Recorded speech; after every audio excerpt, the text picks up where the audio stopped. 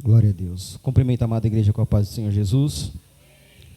Aproveitando os irmãos de pé, vamos abrir as nossas Bíblias no livro de Eclesiastes, capítulo de número 4 e o versículo de número 9.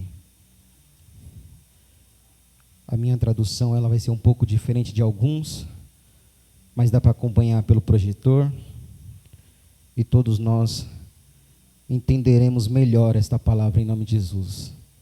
Eclesiastes, capítulo 4 e o versículo de número 9.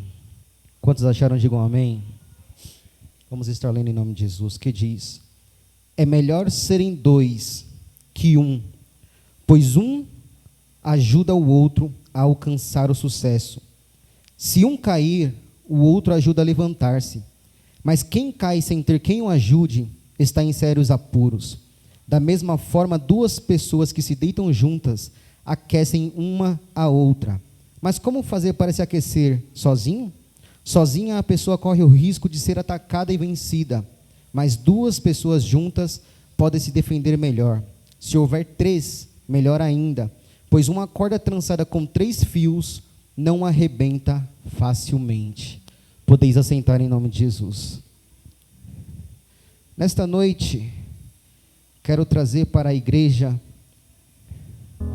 algo que me chama muita atenção para os nossos dias, que muitas das vezes nos falta para nós compreendermos melhor a vontade de Deus dentro do projeto da família.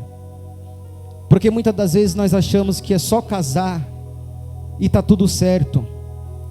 Mas nós sabemos que a família, ela é um projeto de Deus. Ele não faz um projeto falido. Todo projeto que Deus fez é para dar certo. Então Deus ele não vai trabalhar jamais com um projeto da família para que o inimigo venha e destrua a família. Mas uma coisa que me chama muito a atenção é que muito se fala em divórcios, em brigas, dentro dos lares e casamentos cristãos. E há alguns meses eu venho estudando, porque desde o mês de maio, onde eu estive doente, que era para me ter ministrado no dia do culto da família também, eu não pude. E eu continuei estudando porque eu falei, uma hora o Senhor vai preparar o momento. Porque muitas das vezes nós precisamos entender e compreender o projeto de Deus para nossas vidas e saber qual é a nossa parte, o que nós devemos fazer e aonde nós estamos errando. Porque muitas das vezes achamos que a nossa forma de agir, de pensar, de falar e de fazer é a que Deus aprova. Só que nós estamos errados. A palavra de Deus ela tem a orientação para o casamento, para a vida e para a família cristã. Nesta noite eu quero dizer algo a respeito que o casamento ele é a base da família cristã. São famílias estruturadas que geram uma igreja estruturadas. São famílias curadas que vão gerar empresas curadas. São famílias curadas que vão transformar uma nação transformada. Achar alguém para casar é 2% do problema. Ficar casado é 98% do trabalho. Um casamento falido ele vira notícia, mas um casamento blindado e transformado por Deus, ninguém pode falar nada, porque o diabo ele é especialista em distribuir notícia ruim. Desde o princípio, desde quando Deus criou o homem e a mulher, o inimigo ele vem tentando trabalhar para destruir as famílias, e ainda mais as famílias cristãs, porque aqueles que estão no mundo, eles perecem pela falta de conhecimento. Mas nós que estamos aqui, que aceitamos a Jesus, que conhecemos, que sabemos as Escrituras, nós temos que ter este conhecimento, que o inimigo ele jamais vai nos deixar em paz em relação à nossa família, em relação à nossa casa, aos nossos filhos. E fazendo uma pequena pesquisa, o Instituto Datafolha ele revelou que mais de 50% dos casais evangélicos eles se divorciam. E um dos maiores motivos que tem no mundo de divórcios são as finanças. Em 2022, no Brasil, teve 970 mil casamentos e 420 mil divórcios. As 11 causas principais desses divórcios foram falta de comunicação, falta de amor, falta de intimidade, falta de parceria, não estava pronto para casar, vícios, violência doméstica, traição, falta de apoio emocional, cansaço e os problemas financeiros. Então nesta noite nós precisamos entender a lidar, porque a vida de casado, ela não é fácil. Nós temos muitos leões para enfrentar e matar por dia, para manter um casamento, para manter uma casa, porque o Senhor, Ele desde o começo, Ele designou quais são as tarefas para o homem e quais são as tarefas para as mulheres. E nesta noite eu quero começar principalmente falando para aqueles que estão solteiros, para aqueles que estão se preparando para se casar, aqueles que estão pensando em se casar. E o primeiro conselho é que pare de querer casar e decida se casar. Pare de fantasiar na sua vida um homem ou uma mulher que não existe. As pessoas hoje em dia criam expectativas em homens e mulheres de séries e filmes. Decida ter um homem ou uma mulher para juntos cumprir o propósito de Deus na sua vida. Se não for por esta motivação, não se case, porque você vai dar problema para os seus pastores.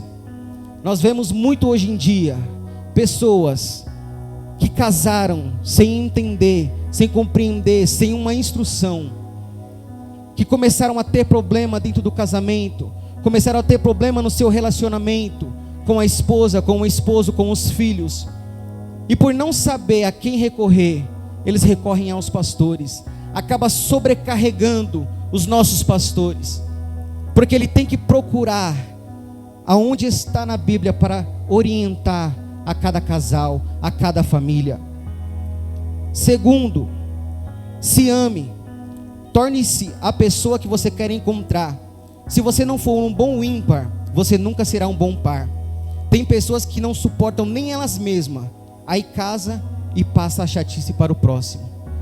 Porque tem pessoas que ela não suporta nem a própria sombra dela, tudo ela reclama estando sozinha. Imagina na vida dois, que você vai ter uma outra pessoa ao seu lado, com defeitos, com problemas. Porque todos nós, desde quando nós somos crianças, nós vamos crescendo e nós vamos trazendo conosco manias, nós vamos trazendo conosco costumes. Nós queremos muitas das vezes que a pessoa que está conosco faça aquilo que a nossa mãe ou que o nosso pai fazia, só que é uma vida totalmente diferente. O terceiro conselho: procure uma pessoa que seja igual a você, uma pessoa que seja igual nos sonhos, no chamado, nas preferências físicas, nas finanças. Quanto mais ela for parecida com você, melhor é. Uma coisa que está provado, segundo o que diz aí fora, é que os opostos eles se atraem, mas depois eles se separam. Procure alguém que seja da igreja, saia das redes sociais, porque lá você só vê pessoas ideais. Você não precisa de gente ideal, você precisa de gente real. Case com alguém trabalhador, com alguém que ame Jesus em primeiro lugar e que seja envolvida nas coisas da igreja. Muitas das vezes eu já presenciei muito isso. Muitos jovens, muitas pessoas até mesmo de idade, que criam essa fantasia com aquilo que ela vê na rede social, com aquilo que ela vê no filme, com aquilo que ela vê numa série, e ela quer trazer aquilo para a sua realidade. Mas quando ela fantasia, encontra alguém e coloca essa fantasia na pessoa, lá na frente ela se decepciona, porque lá na frente ela vai ver os defeitos, ela vai ver os problemas que essa pessoa tem, e aí é onde acontece a separação, onde acontece o divórcio, onde acontecem as brigas, aonde vão empurrando como dá. Mas não é dessa forma, porque quando você vai empurrando, quando você vai levando conforme dá, os problemas vão ficando cada vez maiores, e aí fica difícil de manter um casamento saudável, um casamento feliz. O quarto: tenha fé e ore. Nós usamos a fé para tudo, mas não usamos a fé na área sentimental, porque nós achamos que essa questão de namorar, de casar, é só atração física, mas isso é mentira. precisamos voltar a crer que o Deus que tem poder para nos tirar do inferno, Ele tem poder para nos dar alguém para nos fazer feliz. Muitas das vezes nós começamos a procurar pessoa para se casar, para se relacionar, mas muitas das vezes nós não vamos pedir confirmação a Deus, porque se a família, ela é um propósito de Deus, ela é um projeto de Deus, Ele vai ter a pessoa certa para as nossas vidas. Foi assim que Ele fez com a minha vida, porque se eu fosse ficar dependendo do que tinha o mundo para me oferecer, talvez hoje eu já tivesse casado, tivesse divorciado, mas eu tive que orar, eu tive que pedir a Deus. Eu passei 2 anos pedindo a Deus uma esposa, e Ele me concedeu uma esposa, conforme o que Ele queria para a minha vida. Porque muitas das vezes eu posso querer algo, mas não é o que Deus Ele quer. Mas Ele nos surpreende, porque Ele entrega 1000 vezes aquilo que nós queremos para nós. Outra coisa que nós temos que fazer é ter Cristo como uma referência de amor, orar e pedir a confirmação dEle. Mas não adianta nós vivermos orando por uma Rebeca, viver orando por um Isaac, mas ter no nosso celular o contato da Jezabel, ter no nosso contato o contato de Acabe. Não vai resolver nada nas nossas vidas. Ou você escolhe aquilo que Deus tem colocado para a sua vida e apaga tudo que não presta desse mundo, ou então você vai quebrar a cara. Não adianta falar: Deus, eu quero um casamento perfeito, porque Ele tem um casamento perfeito. Vai ter dificuldades, vai ter problemas, vai vir adversidades, mas se Ele preparou, é perfeito, porque tudo que Ele tem para mim e para a tua vida é perfeito. Esse é o 4º conselho que eu tenho para você que quer se casar, que está se preparando, que daqui a alguns anos você vai chegar na idade de casar, mas você precisa aprender de agora, que não é fácil. Tudo tem a instrução dentro da Bíblia, porque um casamento à luz da Bíblia, ele é um casamento saudável e ele é um casamento feliz.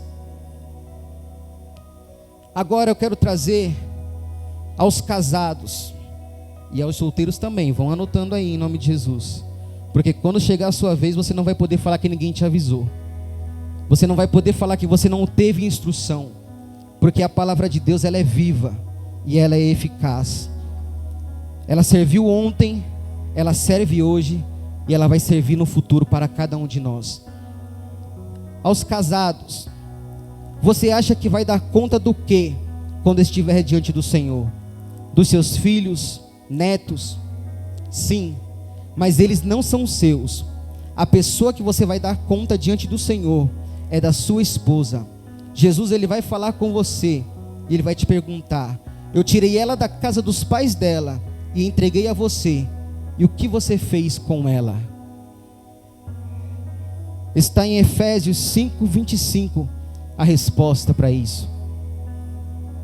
O Senhor, em Efésios 5:25, Ele vai dizer assim: maridos, ame cada um a sua esposa, como Cristo amou a igreja, Ele entregou a vida por ela.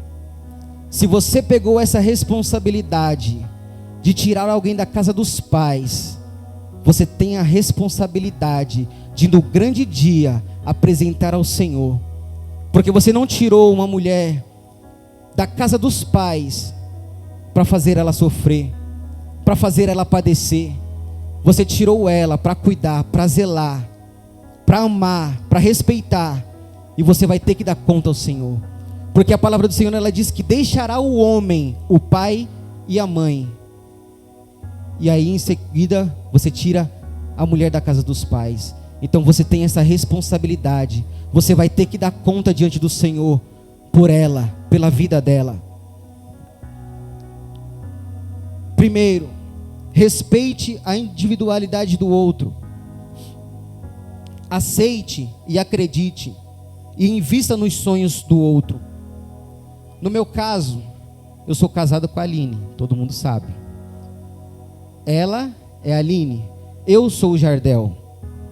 Ela ama tocar instrumentos, é a vida dela. Desde quando eu conheci ela, sempre foi o sonho dela, tocar, é o que Deus deu para ela. E eu sempre gostei da parte de ferramentas, né? Trabalhar, inventar coisas. E muitas das vezes ela está ensaiando, ela está tocando ali, procurando pegar novos arranjos. Aí ela me chama, ela fala: ficou legal? Eu entendo das notas, eu entendo das músicas? Não. Mas eu incentivo ela a continuar, a buscar, a aperfeiçoar a cada dia mais.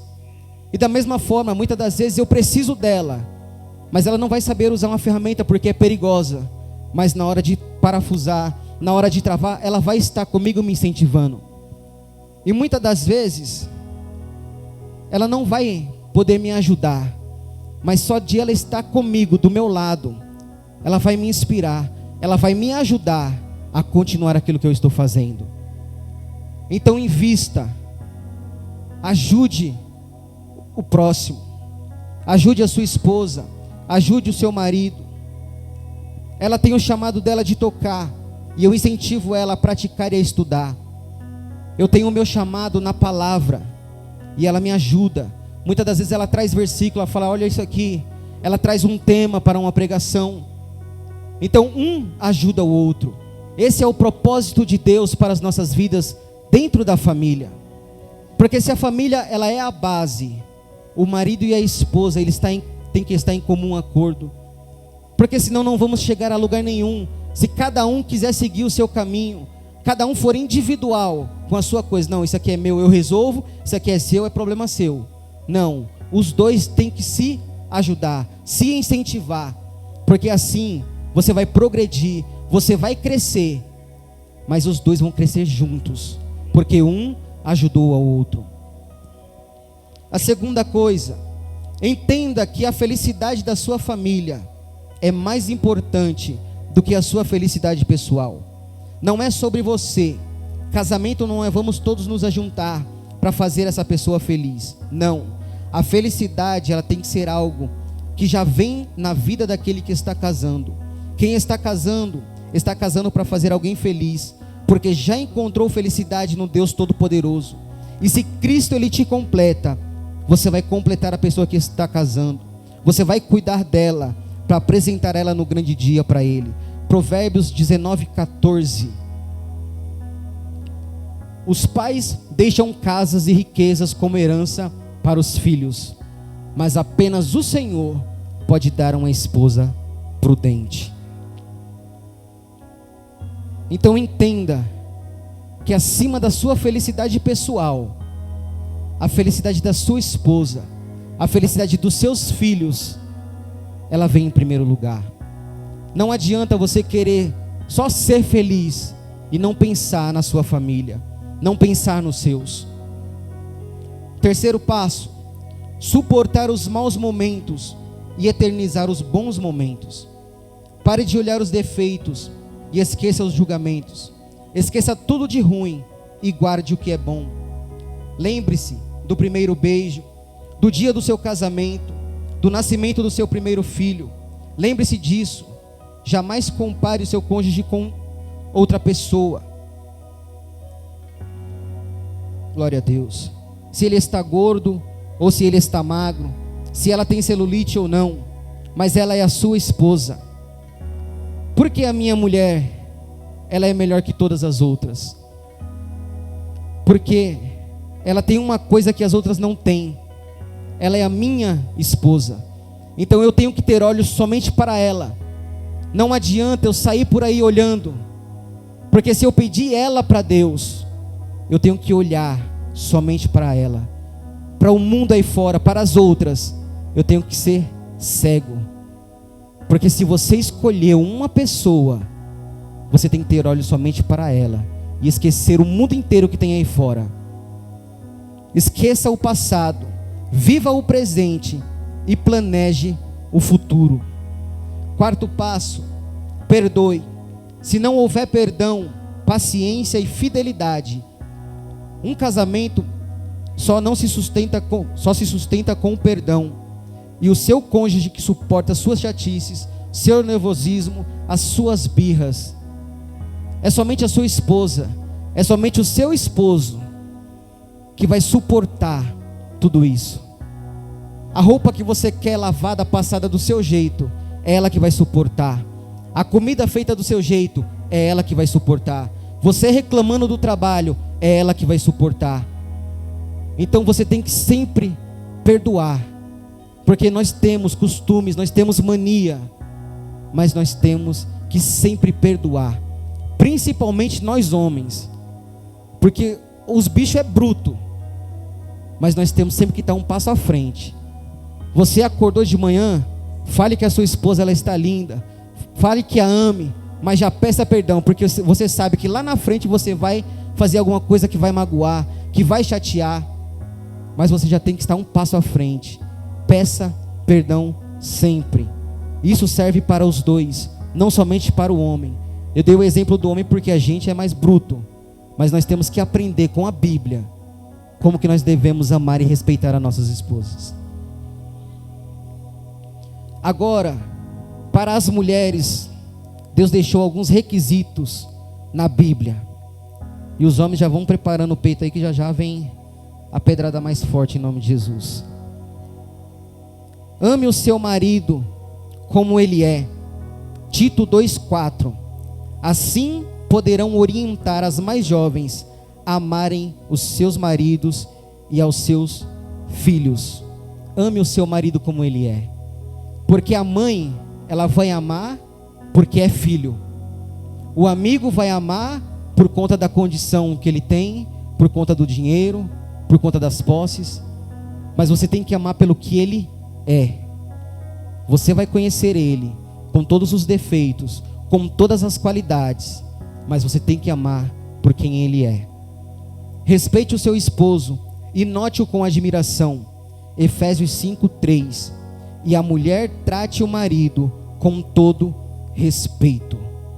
Muitas das vezes, quando nós começamos a namorar, quando nós noivamos, nós temos aquela admiração. É a pessoa mais linda do mundo, é a pessoa mais cheirosa, é tudo de bom. Mas quando casa, começa a pôr defeito. Mas você tem que manter a admiração, a mesma que você tem quando você viu pela primeira vez, para que o casamento ele venha continuar sendo saudável. Esqueça os defeitos, exalte as qualidades, para que assim possa ter uma vida feliz. 3.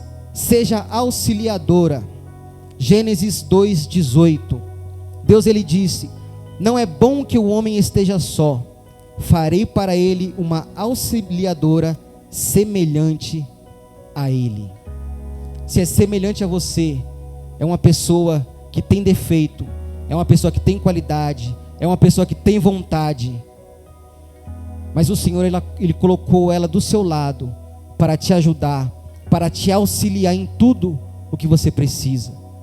Assim, da mesma maneira, a mulher, o homem também lhe serve para auxiliar, para ajudar a esposa, porque muitas das vezes nós cobramos somente um lado, mas são os dois lados que tem que se doar, para que tudo flua conforme o que Deus quer. 4. Não deixe a lua de mel acabar. 1 Coríntios 7:3. O marido deve satisfazer as necessidades da esposa, e a esposa o mesmo pelo marido. É uma questão de entender e compreender. Aquele sentimento que desde o começo você tinha ansiedade, você tem que manter ele até que Jesus ele venha.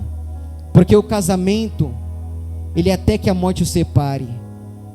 Então tudo o que você tinha desde o começo, você tem que levar até o final. Principalmente os melhores momentos, o momento de prazer do casal, tem que ser mantido por toda a vida, até que o Senhor venha e recolha. Eu peço a Deus que de preferência os dois, para que nenhum fique sofrendo, porque muitas das vezes Deus vem e leva um, aí o outro fica sofrendo, aí fica pensando se vai casar, se não vai casar, como que vai ser a próxima pessoa. Então de preferência eu falo para Deus, se Ele vier para buscar, Ele já busca logo os dois, assim a gente já sobe de vez e ninguém sofre. Amém? 5. Administre bem a casa. Provérbios 14:1. A mulher sábia, ela edifica a casa, mas a insensata ou a tola a derruba com as próprias mãos. O 31:27 de Provérbios também diz: cuida do bom andamento da casa e não come o pão da preguiça. Eu já tive muitos amigos que diziam que quando era para levantar para trabalhar, a esposa levantava, preparava o café e ele ia trabalhar. Aí às vezes acontecia alguma coisa, ele voltava para casa, ela estava deitada dormindo, e ele pensando que ela estava cuidando dos afazeres do lar. Então a palavra do Senhor, ela diz que a mulher sábia, ela edifica a casa, e a tola, ela derruba com as próprias mãos. Que a mulher sábia, ela cuida do bom andamento, e ela não come o pão da preguiça. Então nós devemos saber que enquanto o homem saiu para trabalhar, você tem os seus afazeres em casa. Cada um faz a sua parte, porque Deus deixou ao homem que ele seja o provedor do lar. Então é a sua responsabilidade. Não reclame, não ache ruim que você tem que levantar cedo, que está frio, se está chovendo, se está sol. Você tem que ir buscar o pão, porque Deus, ele disse que você vai comer do suor do seu trabalho. E se você tirou uma mulher da casa dos pais, a responsabilidade de sustentar, de trazer o alimento é totalmente sua. 6. Submeta-se à liderança do seu marido. Efésios 5:22.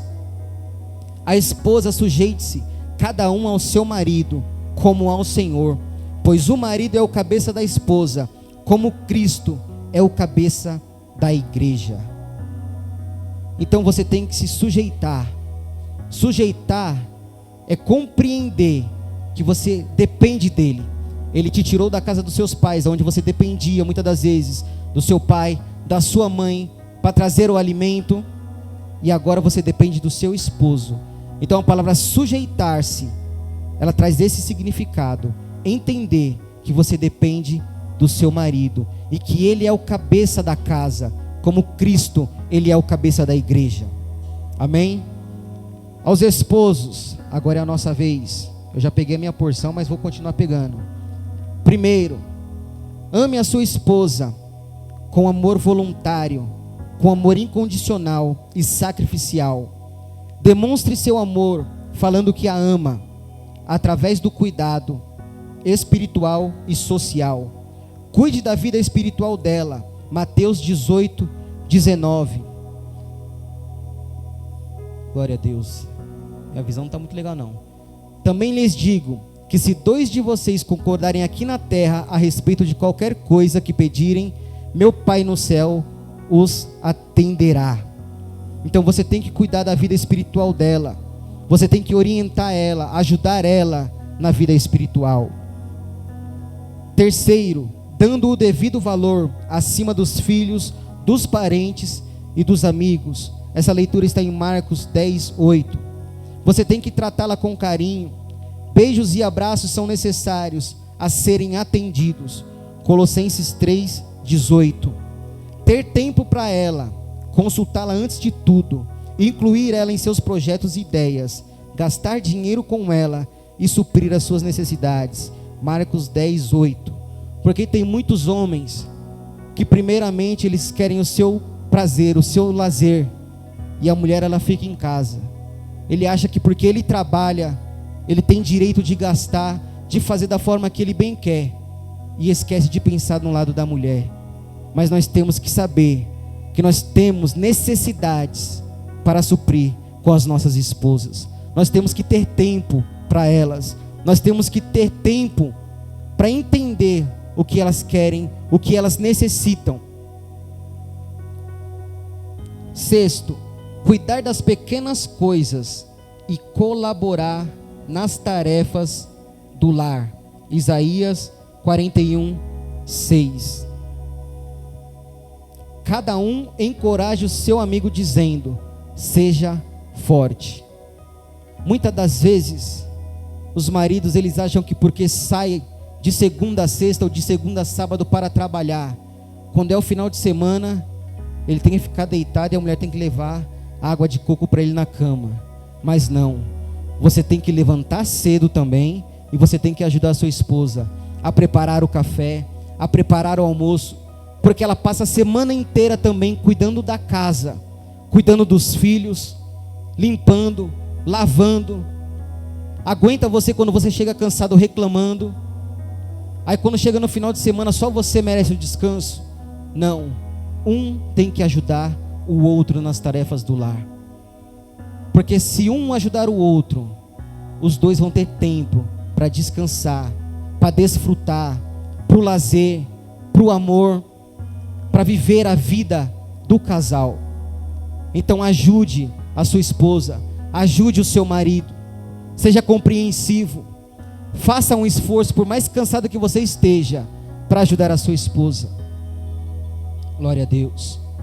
E para concluir, eu quero dizer, se você é solteiro, esqueça as decepções do passado e vai para cima, porque Deus vai te dar o seu parceiro, a sua esposa, o seu esposo. E se você é casado, recomece, mas recomece com a mesma pessoa. Creia que o poder de Jesus, Ele já garantiu a você uma família vitoriosa. Amém? Você crê nessa palavra? Você crê que Deus é Ele que criou o homem, a mulher, e criou o propósito para a família cristã? Se você acredita, se você confia, siga as instruções, porque só assim você terá uma família abençoada, você terá um lar perfeito, um lar de paz e um casamento harmonioso e feliz em nome de Jesus. Nesta noite eu quero te convidar a se colocar de pé. Eu queria, com a autorização do pastor, convidar os casais que estão aqui, o esposo, a esposa, aquele que está sozinho também, vem até aqui à frente. Nesta noite eu quero chamar o pastor, eu quero chamar a missionária Luciene, para fazerem esta oração pelos casais, para que Deus Ele venha continuar trabalhando na vida, na família cristã, para que o Senhor Ele venha cobrindo com as suas fortes mãos, porque o inimigo ele tem tentado de todas as formas destruir, mas nesta noite eu declaro a falência do inferno contra a família de Deus, contra a base de Deus, porque Deus Ele é fiel para cumprir todos os propósitos para nossas vidas em nome de Jesus. Graças a Deus, né, irmãos? Palavra gloriosa. Que Deus continue abençoando, louvado seja Deus, a vida do nosso irmão Jardel. Uma palavra gloriosa, um ensinamento muito bom, louvado Deus, e necessário para a igreja do Senhor. Vamos orar, meus irmãos. Louvado seja Deus. Aí os que vão fazer, ó, bordas de ouro aí, ó, bordas de prata. Louvado seja Deus. É sinal, né, irmãos, que nós estamos caminhando, louvado seja Deus, para o futuro com nossos casais, né? Aí já tem casal até que já completou, vai completar 50 anos, né? Louvado, e vai ter festa, hein? Vai ter ações de graça, no nome de Jesus, né, irmão? Louvado seja Deus. Vamos orar, irmãos. Louvado seja Deus, para que Deus continue abençoando, né, a cada família, a cada casal, no nome de Jesus. Meu Deus e meu Pai, Deus Altíssimo e Santo, Deus da glória, Pai do nosso Senhor e Salvador Jesus Cristo, nós somos gratos a Ti, meu Deus e meu Pai, pelas famílias, Senhor. Pai, por cada família, Pai, que faz parte, meu Deus, da IPAD, Morada do Sol, Senhor, e tantas outras, meu Deus, que aí fora está, Pai.